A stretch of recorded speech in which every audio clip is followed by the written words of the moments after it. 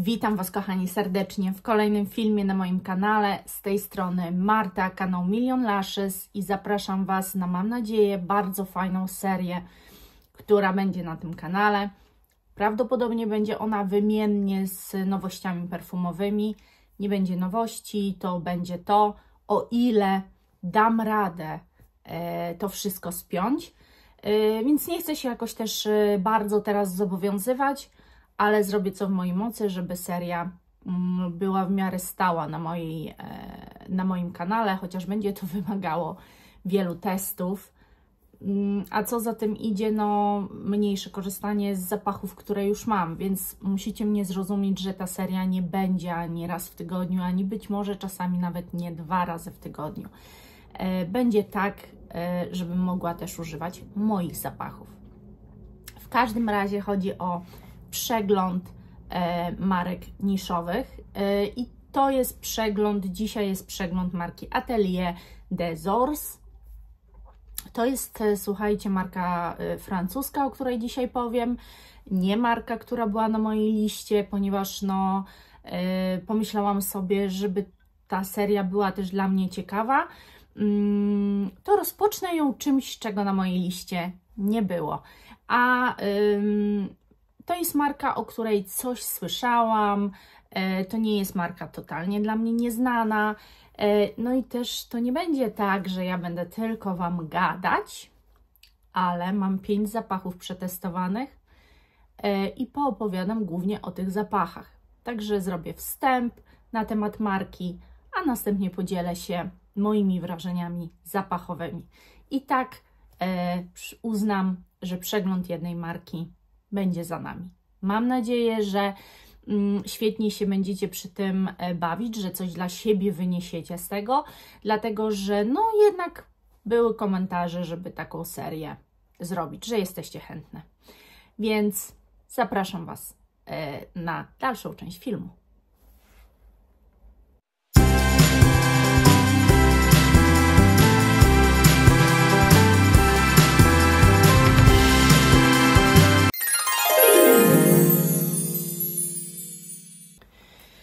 Marka Atelier des Ors, jak już wspomniałam, jest z Francji. Powstała w 2015 roku i markę tę utworzył Jean-Philippe z nosem, jakim jest Marie Salamagne. Nie wiem, jak ją się czyta, Salamagne się pisze. Także to jest nos, który wiele zapachów wcześniej stworzył, współpracował z różnymi domami i jakby oni postanowili wspólnie stworzyć tę markę.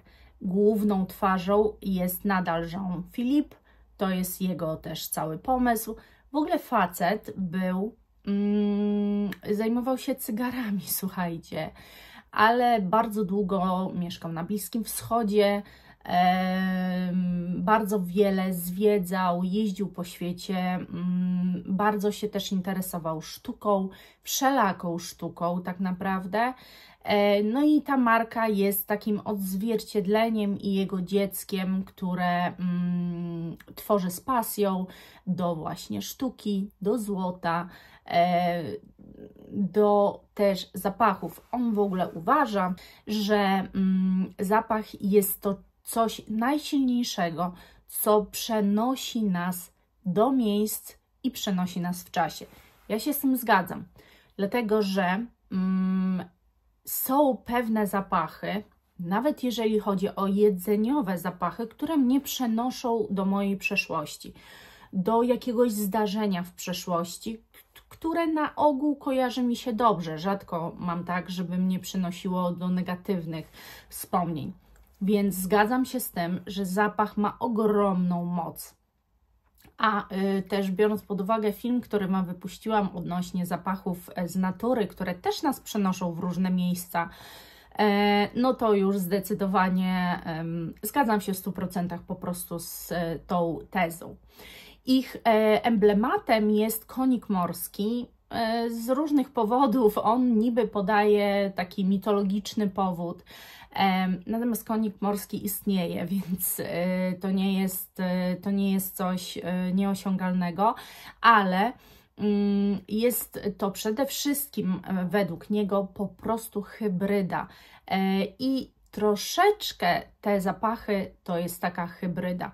Łączenie teraźniejszości, łączenie nowoczesności z latami 20-30, do których pała ogromną miłością i właśnie jeżeli chodzi o tę kwestię perfumiarską. W ogóle też tłumaczy, że całe te perfumiarstwo i to, jak ludzie tworzący zapachy mają na nas wpływ, zaczęło się tak naprawdę od Kościoła. Znaczy on to tłumaczy, że to Kościół zapoczątkował tymi swoimi kadzidłami i tak dalej, tym rozpraszaniem dymem danego zapachu, żeby wodzić nas za nos, żeby nami trochę kierować i sterować i że tak naprawdę od dawna doceniano ten zmysł, jaki ma człowiek i za jeden z ważniejszych.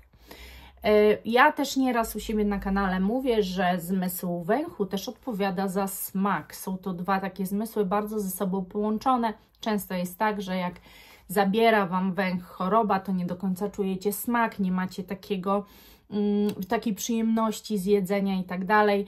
No oprócz tego ponoć on twierdzi, też nie wiem, czy są takie badania, że węch jest najsilniejszym, ma najsilniejszą i największą pamięć. To znaczy, no, potrafimy sobie zapach sprzed iluś lat przypomnieć, jak go poczujemy, to wiemy co to i tak dalej. Zresztą wiele osób zajmujących się na YouTube nawet opowiadaniem Wam o zapachach, w tym też jestem to ja oczywiście, w jakiś sposób przekazujemy Wam informację, czym dany zapach pachnie, na podstawie na ogół naszych skojarzeń zapachowych, czyli pamiętamy jak pachnie truskawka, pamiętamy jak pachnie wiśnia, pamiętamy jak pachnie jaśmin, gardenia, tego typu rzeczy. Są oczywiście pewne nuty, których nie wiemy, nigdy nie czuliśmy i nie wiemy jak pachną, ale jesteśmy w stanie w większości odtworzyć i jeżeli czujemy w perfumach jakiś zapach, to bardzo łatwo jesteśmy w stanie to powiedzieć, bo właśnie mamy tę pamięć węchową, o której on zresztą mówi. Marka posiada około 26 zapachów w 7 kolekcjach. Są to zapachy podzielone tematycznie, że tak powiem, ale też zdecydowanie odbiegają kolorem, bądź buteleczką, bądź tylko zatyczką. I teraz ja posiadam 5 zapachów, więc jeżeli weźmiemy, że jest 26, a ja posiadam 5, no to około 1/5 mam. Więc myślę, że jest to jakaś weryfikacja, chociaż nie uważam, żeby mogło to przesądzić o tym, co myślę o całej marce. Ale zaraz Wam wszystko opowiem. Jedną z kolekcji Atelier des Ors jest kolekcja czarna. I z tej kolekcji jeden zapach mam i to jest Róż Saraj. I powiem Wam, jak jest to opisywane przez markę, a następnie co ja o tym zapachu myślę. Róż Saraj tłumaczy romantyczne wyobrażenie przygód i opowieści na temat starożytnych szlaków handlowych, które przecinały Bliski Wschód, od dawna uważane za potężny symbol obfitości i gościnności. Róż Saraj sublimuje daktyle i ich owocowe i mięsiste aromaty. I ja teraz Wam powiem, psiknę się, że tak powiem, bo ja tego zapachu w ogóle nie pamiętam. A, dobrze, już wiem. Cała ta linia w ogóle, linia czarna, kolekcja czarna, to są bardzo mocne zapachy. Kolekcja jest opisywana jako coś dymnego, mocnego, bardzo aromatycznego, być może nawet przyprawowego, czegoś mocnego. To dla mnie jest wspomniany wcześniej Kościół i ten zapach tego kadzidła, z którego wydobywa się taki zapach niestety powiązany z niemiłymi okolicznościami, jakąś śmiercią, czymś takim. Bardzo tym wybrzmiewa. To nie jest zapach, który w jakiś sposób się zmienia, to jest zapach, który jest stały od momentu psiknięcia i tak dalej. Natomiast marka bardzo często mówi tu wszędzie o tym, że strasznie im zależy na tym, aby te zapachy były bardzo trwałe. No to już Wam powiem, że być może jest, ale na pewno nie na mnie. Ja ten zapach czuję maksymalnie 4 godziny, później nie wiem już o nim nic i zapominam. Wspomnę tylko, że oni też współpracują z wybitnymi firmami, naprawdę wybitnymi, które mają ogromne osiągnięcia w sferach też artystycznych, jak tworzenie tych flakoników, czyli huty szkła, które tak tworzą flakonik, aby po obróceniu tego flakonika, ja Wam wszystko zresztą pokazuję, aby po obróceniu tego flakonika widać było grę światłem i wydobywanie błysku ze złota, który się znajduje w środku. Nie powiedziałam Wam jeszcze, że złoto jest to bardzo ważnym elementem. Oprócz tego, że ono generalnie może, to jakby nie jest nawiązywanie do luksusu. On w ogóle tego w ten sposób nie powiązuje. On raczej go traktuje jako stricte minerał, który ma dodatkowo budować ten zapach i powodować właśnie jego trwałość. On tak zakłada. Moim zdaniem złoto nie ma żadnej możliwości, żeby tę trwałość przedłużyć zapachu. To są raczej tylko i wyłącznie kwestie składników. Natomiast na pewno przepięknie buteleczka wygląda w momencie, kiedy słońce wpada. Z tym, że z drugiej strony dla zapachu jest bardzo źle, jeżeli te słońce na niego działa, więc kwestia sporna, bym tak to ujęła. O zapachu nic więcej Wam nie powiem. Jeżeli ktoś lubi te kościelne brzmienia zapachowe, to jest to na pewno dla niego. Chociaż ja nie gwarantuję trwałości, na mnie jest ona raczej bardzo słaba, bym powiedziała. Kolejną kolekcją jest kolekcja biała w kontrze do kolekcji czarnej. Kolekcja biała ma być czymś, ma być białym płótnem, ma przede wszystkim jej inspiracją i jest w bardzo ogólnym pojęciu sztuka, czyli i pisarze, i malarze, i też uważane właśnie perfumiarstwo za ósmą sztukę. Też muzyka, jest tutaj odwołanie do Beethovena i tak dalej. Chodzi głównie o to, że w tej kolekcji znajdują się 3 zapachy, które mają odzwierciedlać czystość, delikatność, biel, mają być kontrą do kolekcji czarnej. Z tej kolekcji nie mam żadnego zapachu. Kolejna kolekcja to jest kolekcja Faux. W niej znajduje się dosłownie jeden zapach, jest najbardziej ubogą. I jest to kolekcja, która ma być czymś bardzo świeżym. Jest to zdecydowanie najświeższa, ten zapach, który w tej kolekcji jest czymś delikatnym, świeżym, takim owocowym i orzeźwiającym. Tak przynajmniej jest ten zapach opisywany u nich na stronie. Następna kolekcja jest to kolekcja Riviera i z tej kolekcji mam już zapach, próbkę.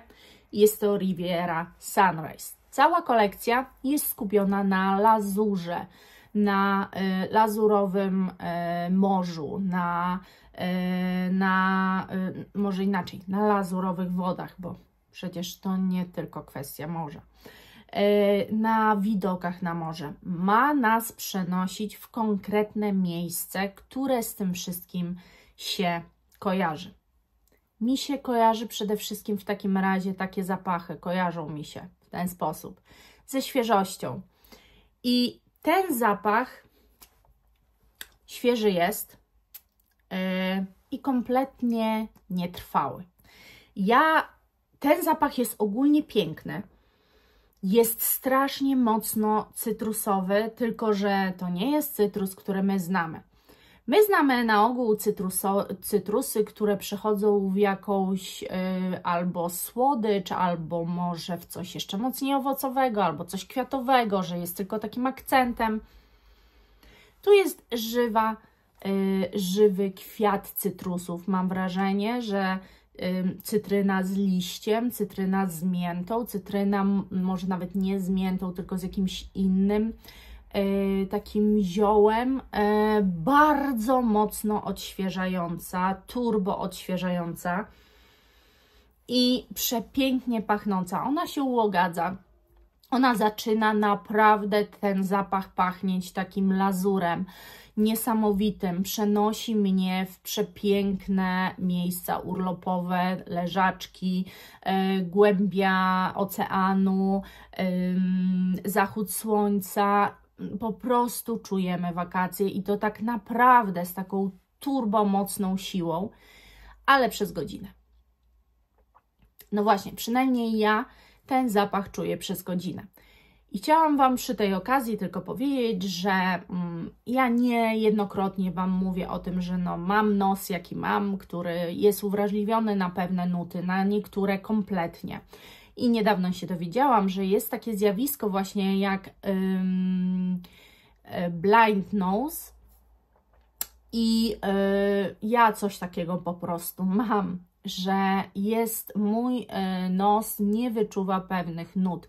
Wiele osób takich jest i dlatego czasami moje recenzje, mam takie wewnętrzne poczucie i wyrzuty sumienia wręcz, że mówię Wam, że coś jest bardzo nietrwałe, ale jeżeli opisuję Wam zapach i jeżeli on Wam odpowiada po moim opisie, zamówcie sobie próbkę, proszę Was, i przetestujcie to.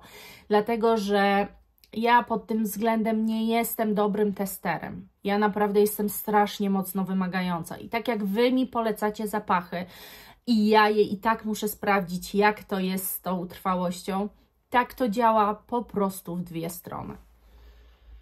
Zapach jest naprawdę niesamowity, jeżeli chodzi o przenoszenie nas w pewne miejsca. Jest fenomenalnie, przyjemnie czymś takim pachnieć i gdybym ja czuła ten zapach przez cały dzień, to myślę, że on byłby już w mojej kolekcji, nawet zanim bym ten przegląd nagrała. No ale niestety, a jest naprawdę przepiękny, bo jest bardzo naturalny. Czuć, że to nie są syntetyki, a że to jest coś z natury, że to jest coś bardzo mocno naturalnego, że to jest takie prawdziwe, nie wymyślone, nie z kosmosu, tylko że to jest prawdziwe. I za to bardzo ten zapach cenię, naprawdę. Kolekcja Frivolite posiada dwa zapachy.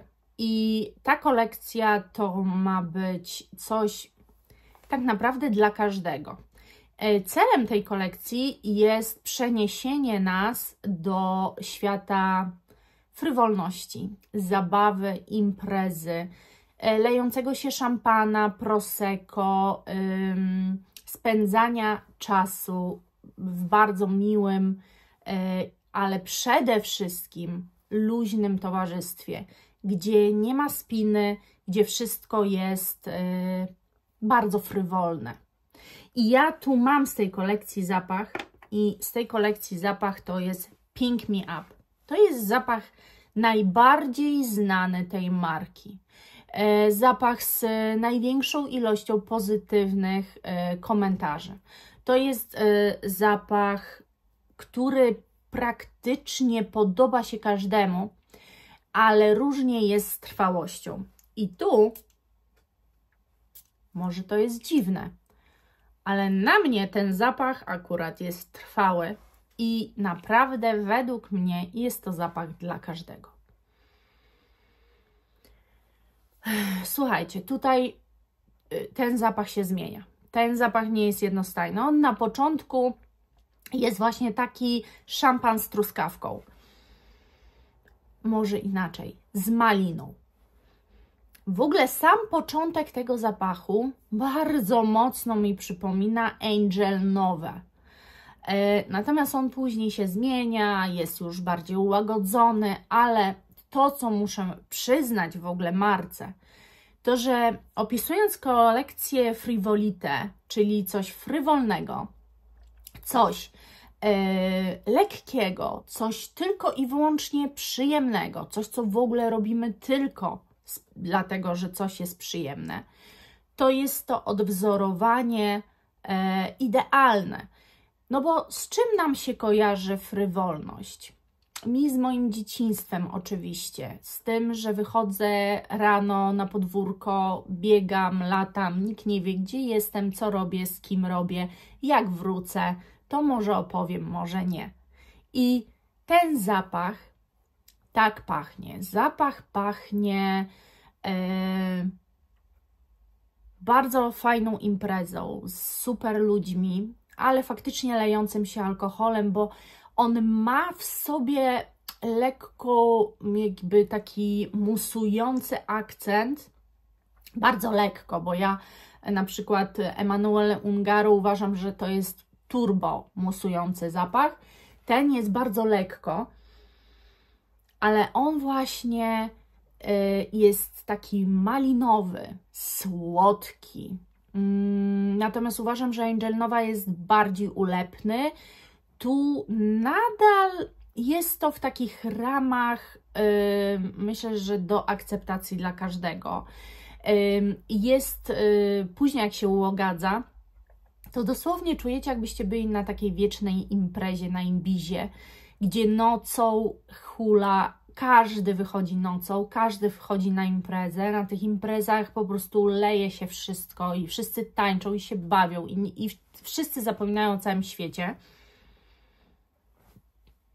No, słuchajcie, to jest taki zapach. Jest przepiękny. Czy znalazł się na mojej liście? Wstępnie tak. Wstępnie tak, ale postanowiłam się nie spieszyć z tym wszystkim, bo postanowiłam poczekać i kupować tylko zapachy, które mnie totalnie powalą na kolana.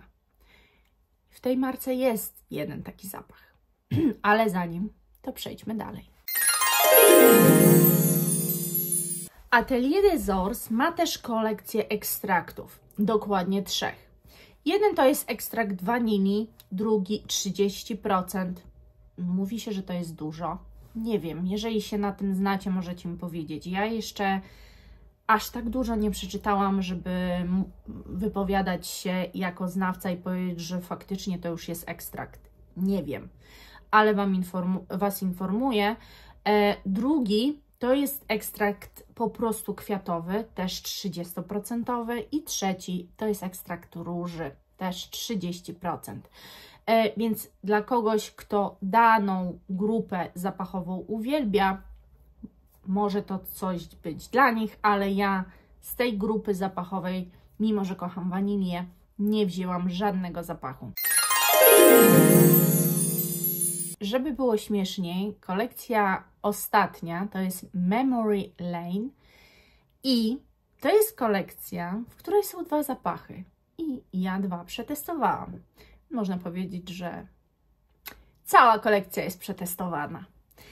Pierwszy zapach to jest Villa Primrose. Ogólnie siedziba, dlatego nie chciałam tego mówić wcześniej, ponieważ to jest zapach związany z tym, gdzie znajduje się siedziba marki.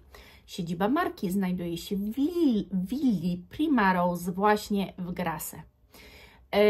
To jest zapach stworzony w hołdzie tej willi, którą Wam zresztą pokazuję. I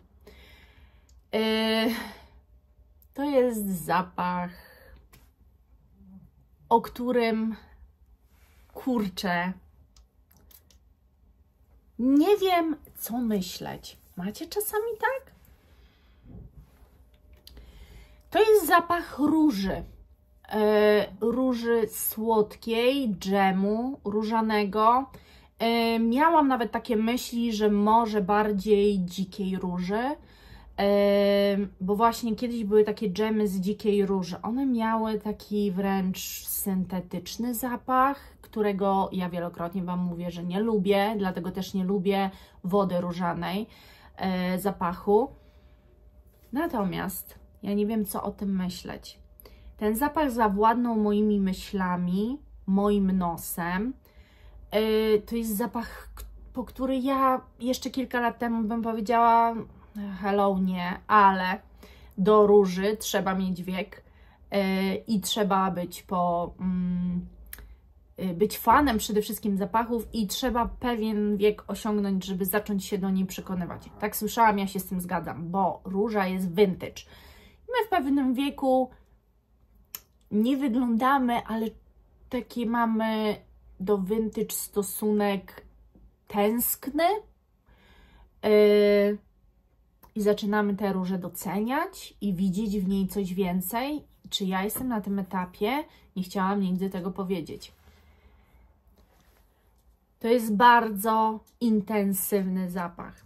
To jest tak intensywny zapach, że ja nie mogłam się go pozbyć przez 2 dni, myjąc permanentnie ręce. Nie mogłam się go z rąk pozbyć. On był praktycznie non-stop wyczuwalny.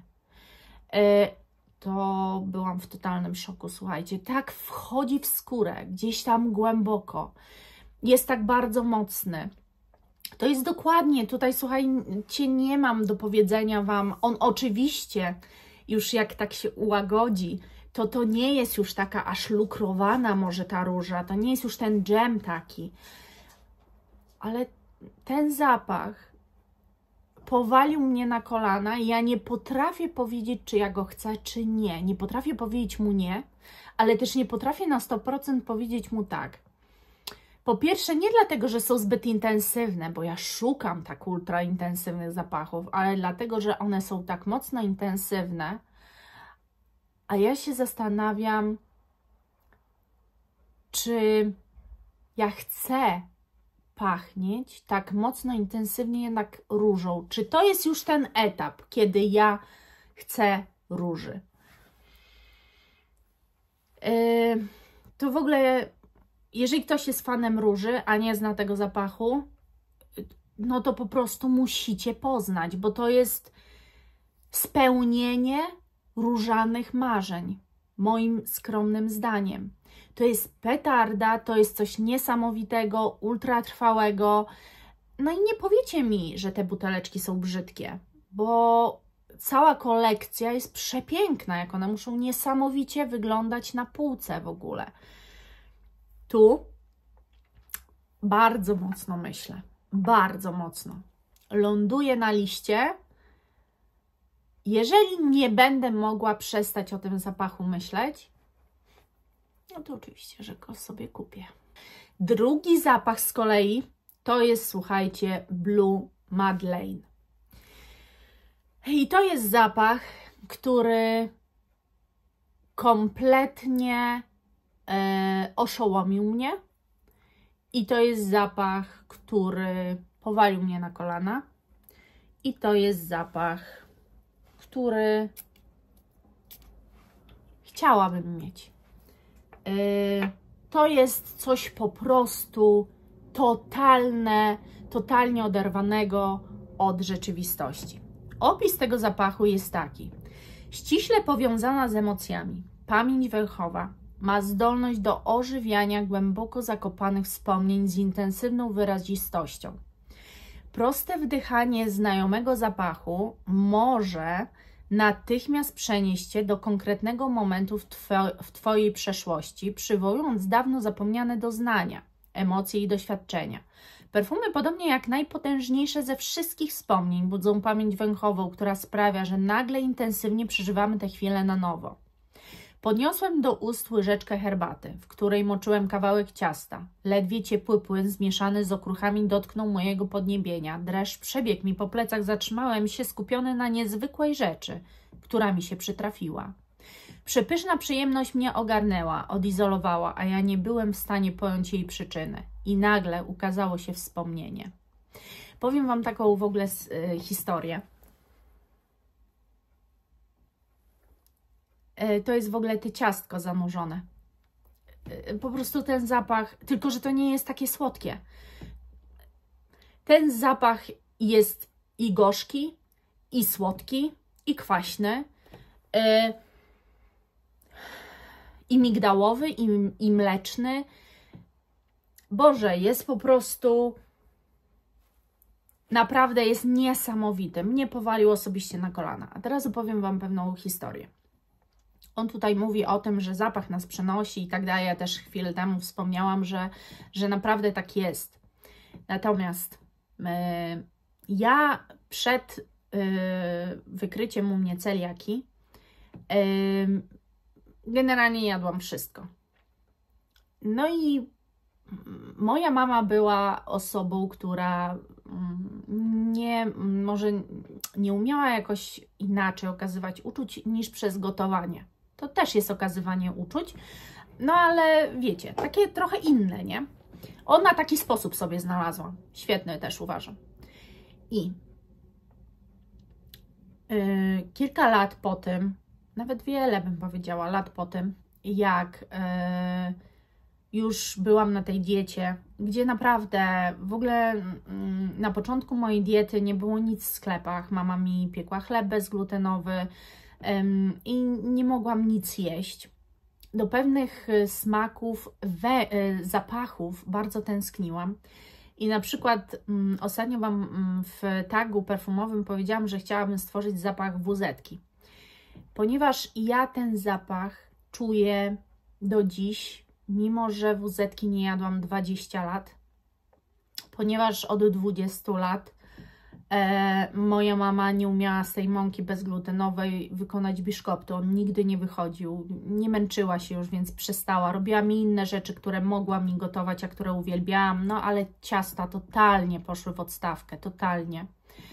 Dzisiaj mam cukiernię, która piecze bezglutenowe ciasta i mogę pójść po prostu i kupić, więc to jest niebo a ziemia. Ale ja do dzisiaj ten zapach wuzetki pamiętam. I u mnie potrafi to zadziałać tak, że mam wspomnienie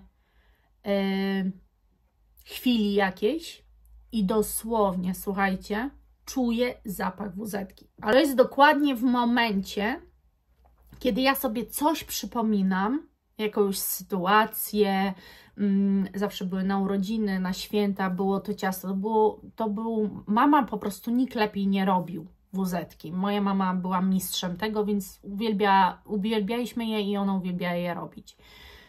I ja mam tak, że jak przypomnę sobie, to ja normalnie czuję ten zapach. Czy Wy w ogóle jesteście w stanie sobie to wyobrazić, że ja czuję ten zapach i to jest tak dziwne uczucie, jak z déjà vu. To tak w Was uderza i sobie myślicie, czy z nami coś jest nie tak? A może jednak nasz mózg jest lepszy jeszcze? Znaczy, wszyscy wiemy, że my używamy bardzo niski procent naszego mózgu tylko, ale no czasami są takie zjawiska, które naprawdę ciężko sobie przetłumaczyć i wytłumaczyć. Także może dlatego też ja tymi perfumami się tak zainteresowałam, ciężko powiedzieć.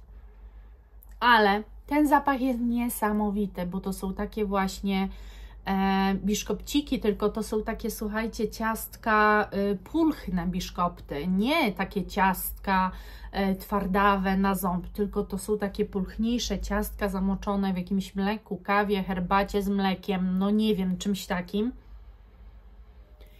Nie wiem dlaczego, ale ten zapach tak do mnie przemawia. Ja po prostu czuję, jakby to był właśnie taki mój drugi zapach. Bardzo bym chciała móc tym pachnieć. I to jest zapach, który trafia, jeżeli chodzi o tę markę, na pierwszym miejscu na moją wishlistę. Że Atelier des Ors troszkę w moim świecie jednak namieszał i wstrząsnął nim. Czy się cieszę? Zawsze się cieszę, jeżeli odkryję coś bardzo przypadającego mi do gustu. Jeżeli Wy mieliście, próbowaliście cokolwiek z tej marki, dajcie mi koniecznie znać. Wiem, że ta czarna kolekcja cieszy się ogromnym powodzeniem. W ogóle zaczyna być tak, mężczyźni w ogóle kochają tę kolekcję. Ona jest właśnie taka, no bardziej męska. Tam jest dużo wetywerii w tych zapachach, tam jest dużo kadzidła, tam jest ogólnie te zapachy i myślą przewodnią tych zapachów kolekcji czarnej jest moim zdaniem ostrość, męskość, przyprawowość, kadzidlaność, skóra, tytoń, te tematy. Więc jeżeli ktoś takie tematy lubi, no to ta kolekcja zdecydowanie. Ja jestem generalnie zadowolona i jestem szczęśliwa, że sobie potestowałam te zapachy. Tego świeżego nie czuję już w ogóle. Ten dymny jeszcze tak, ale już jest tak bardzo, wiecie, słabiutko. No a te, to jest po prostu bajka, słuchajcie. Ten jest przepiękny. Prima Rosa, No i Pink Me Up naprawdę jest bardzo frywolny i bardzo przynoszący nas miłe rejony. Kochani, to koniec dzisiejszego odcinka. Przegląd marek niszowych. Mam nadzieję, że taka koncepcja filmu Wam się podobała, bo to nie jest tylko gadanie, czytanie i nie wiadomo co. Natomiast głównie skupiam się na tym, żeby poznać markę zapachowo. Będzie to zawsze 5 zapachów i to nieważne, czy marka ma 40, 50, 70 zapachów, czy tylko te 5. To będzie zawsze 5 zapachów, słuchajcie. Tak sobie ustaliłam, że 5 zapachów pozwoli mi w jakikolwiek sposób ocenić, czy mogę być zainteresowana daną marką, czy warto poznawać kolejne zapachy. Dajcie mi znać, czy ta koncepcja Wam się spodobała, czy jesteście za takimi filmami. Tak jak powiedziałam, one nie będą tak bardzo często, dlatego że ja po prostu nie jestem w stanie non-stop testować i nie używać swoich zapachów. No, sami zrozumcie. Także za dzisiaj serdecznie Wam dziękuję. Liczę na Wasze liczne komentarze. Jeżeli macie jakieś uwagi, chcecie, żeby w tym filmie pojawiło się, w tych filmach z przeglądów pojawiło się coś jeszcze, albo żebym o czymś mówiła mniej, dajcie mi koniecznie znać. Dziękuję Wam za dzisiaj. Pa!